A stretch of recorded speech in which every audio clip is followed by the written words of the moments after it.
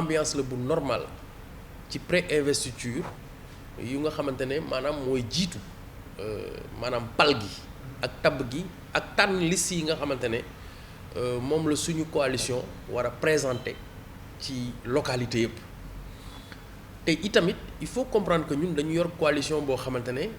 dafa hétéroclite maanaam dafa am diversification bëri ay pàcc bëri aussi ay responsables yoo xamante ne dañu investiru à la base mu nekk grande coalition boo xam ne aussi dafa bëri parti kon dina jafe ci localité boo dem nga am kenn koo xamante ne moom rek moom mooy représenter li nga xamante ne mooy ki mën a jàpp drapeau bi téye ko ñëpp topp ci ginnaaw ku ci nekk rek am nga légitimité boo xamante ne sa légitimité bopp la te jamono bii rek nag nga war a mën a wone ne yow am nga ambition ci cadre coalition bi damay wax ne am nga ambition ci cadre coalition bi kon loolu normal na légitime na li gën nag te gënal président moom mooy même bu fekkee ne ci localité bu nekk am na ñu bëri ñoo xamante ne am na ñu bëgg-bëgg pour jiite ñu toog ñu waxtaan tënk dara bu ñu tënkee loo xamante ne ñëpp bokk nañ ca bu boobaa président nee na moom loolu da ciy tënku moom ci boppam loolu la ñuy wax les consensus forts yi nga xamante ne président du ci dindi dara waaye nag bu fekkee ne amul consensus parce que di nga gis situation boo xamante ne ci benn mairie nga gis benn maire boo xamante ne moom ci boppam mi ngi nekk mandat mi ngi daw mu bëgg mandat beneen am yeneen responsable yu yaakaar ne ñoom it war nañu mën a ñoom it présenté wu xam nga loolu yëpp ay situation la situation yoo xamante ne yu xaw a lëcc mais yooyu le président war a jël tekki ko atte ko. ñun dañu di ay acteurs politiques dañuy am ay mbébét dañuy am ay bëgg-bëgg dañuy am itam yéene dañuy am volonté maanaam fexe nu ñuy mottalee yéene boobu xam nga élection locale mënoo xaar ba ñu ne ñeenti weer a ca des wala at a ca des sax nga ne dama nga nekk candidat sa candidature da nga koy préparer da nga koy liggéey loolu waral ku nekk si ñun démocratie may na la nga taxaw nga samp sa ndënd ne bëgg nga doon waaye itam boole ci déglu kilifa gi waxoon na ko nee na bëggul xiiroo am bëggul pëccoo am loolu waral suñu demee ba egg ca dina am la nga xam ne dina ko def ci wàllu liggéey leneen la nga xam ne am na solo mooy ñun ñi nga xam ne dañu am volonté bi bu demee ba moom mu jël décision boobu ñun dinañu xool par rapport à la base par rapport ak suñu ay militants naka lañ koy doxalee waaye li am solo mooy majorité présidentielle yàlla dogal na élection locale 2014 yi si juróomi téeméer ak nangam commune ni daanaka la ca ëpp ñun ñoo ko moom bëgguñu yées lu ni mel moo tax itam may xam ni président de la république Macky Sall moo ñu gën a maîtriser terrain bi moo gën a xam ci nangami téeméeru maire yu mu am tey ñan la ci war a reconduire ak ñan la ci warul reconduire. képp nga xam ne da ngay politique am nga ay ambition avouée ou inavouée c'est tout à fait normal que les gens affirment leur ambition mais ça doit être encadré de mon point de vue yàggul tuuti seetlu ngeen ko 1er août suñu leaderu parti muy leaderu coalition Benno Bokk Yaakaar am na benn lettre circulaire bi nga xam ne envoyé woon na ko di laaj tous les responsables et les militants de l'Alliance pour la République et de Benno Bokk Yaakaar de rester à l'écoute de la conférence des leaders de Benno Bokk Yaakaar parce que tamit am na ay axes yu importants yoo xam ne relevé woon na ko mooy qu'on est dans une coalition boo xam ne qui nous a toujours donné des victoires depuis 2012 jusqu'à présent ci histoire politique seetlu nañ ko c'est l'une des coalitions yoo xam ne les plus stables waaye nag ci politique coow mënul ñàkk parce que coow ak politique ñoo làmboo affirmer say ambitions mënul ñàkk mais ça doit être encadré c'est pourquoi mu invité responsables yi ak militants yi ñu revenir ci principe yi nga xam ne ñoo ñu fa doon gagné mooy yan principe il faut le consensus il faut l'unité il faut la cohésion mais surtout la mobilisation. non politique dara yombul bu fekkee ne ay affaire de choix la boo nekkee entraîneur football sax nit ñu bëree war a mën a bokk équipe nationale nga am téeméer wala ñetti téeméeri nit yoo xamante ne ku ci nekk am nga dooley taxawal sa réew bëgg ko ñaar fukk ak ñett lañ ciy tànn te bu ñu ko tànnee ñëppay nangu te mais bu ñu paree aussi commentaire yi dina bëri da ngay gis ku ne entraîneur bi de ki mu jël vraiment mënoon na jël kële baaxul kële loolu yëpp ay xalaat la politique ci noonu nga koy gisee aussi jamono bii nii yëkkati sa loxo aayul waaye yëkkati sa loxo ci cadre li nga xamante ne mooy sunu coalition mooy sunu parti ne man de bëgg na wala man de jàpp naa ne li ma liggéey mën na traduire vision wu président bi li ma liggéey war na mën a boole énergie yi nga xamante ne moom la ñu war a dajale pour dem ci élection bi ci cadre Benno Bokk Yaakaar léegi nag après loolu bu amee ba pare bu président xam ne diw yëkkati na loxoom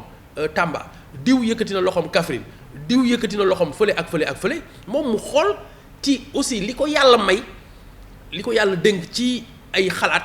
li ko yàlla dénk ci ay information li ko yàlla dénk ci gis-gis li ko yàlla dénk ci politique ak li ko yàlla dénk ci responsabilité moom ci boppam mu war a mën a àtte bu àttee ba noppi nag lenn mooy des mooy posture bi nga xamante ne ñi ñu tànn ak ñi ñu tànnul moom la ñu war a am mais loolu après dafay appeler ay yeneen valeurs mooy les valeurs du militantisme ak les valeurs de la discipline.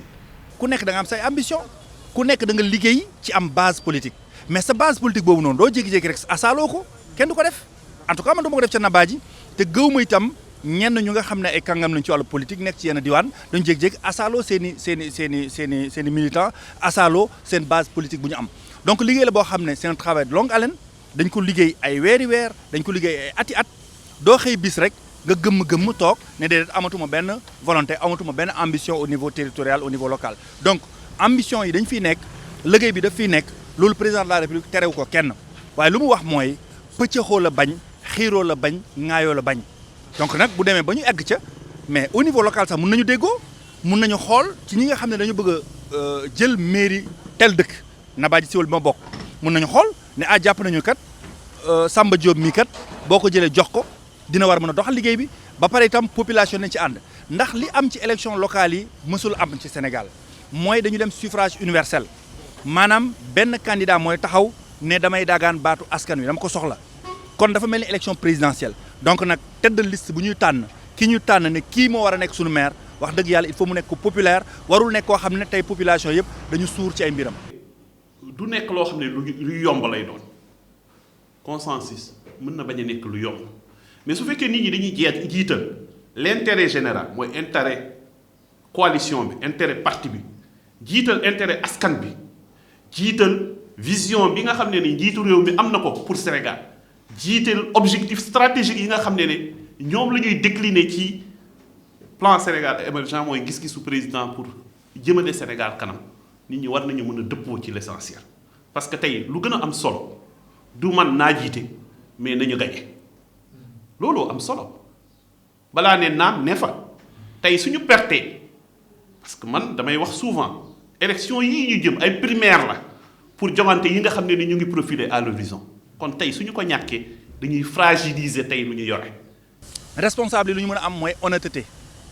xam nga tey boo jàkkaarloog mbër ngeen nekk ci champ politique ngay mbëru politique muy mbëru politique ku nekk xam nga ki la mën ku nekk xam na tey niveau de popularité am fu mu toll ci dans chaque commune c'est pas parce que ancien maire nga forcément dañ la war reconduire boo nekkee maire ci juróomi at ci juróom-ñaari at amul benn satisfaction boo defal population yi amal ngor bu xaal président Macky Sall ne la bàyyil yow fexeel nga jël nga jébbal la ngay keneen mu doxal ndax suñu communauté ku nekk xam na ku ñu bëgg donc tey da ngay sax mettre président Macky Sall dans une position inconfortable bu fekkee yaa ngi forcé bëgg a dagaanaat baatu askan wi te fekk askan wi dañu doyal ci yow donc loolu nag ñun dañu am ay perspectives yu am solo perspectives yi législatives yaa ngi fi perspectives yi présidentielle 2024 mu ngi fi donc ci perspective yooyu parewuñu sacrifier sunu ay communes parewuñu jël ay nit ñu impopulaire di leen teg sunu ay communes. parce que parti politique aussi boo ci duggee dafa am discipline boo war a am loolu muy sa posture ñun nag président xam fu ñu ko teg suñu kilifa la moo ñu yilif ci wàllu politique te ñu nangul ko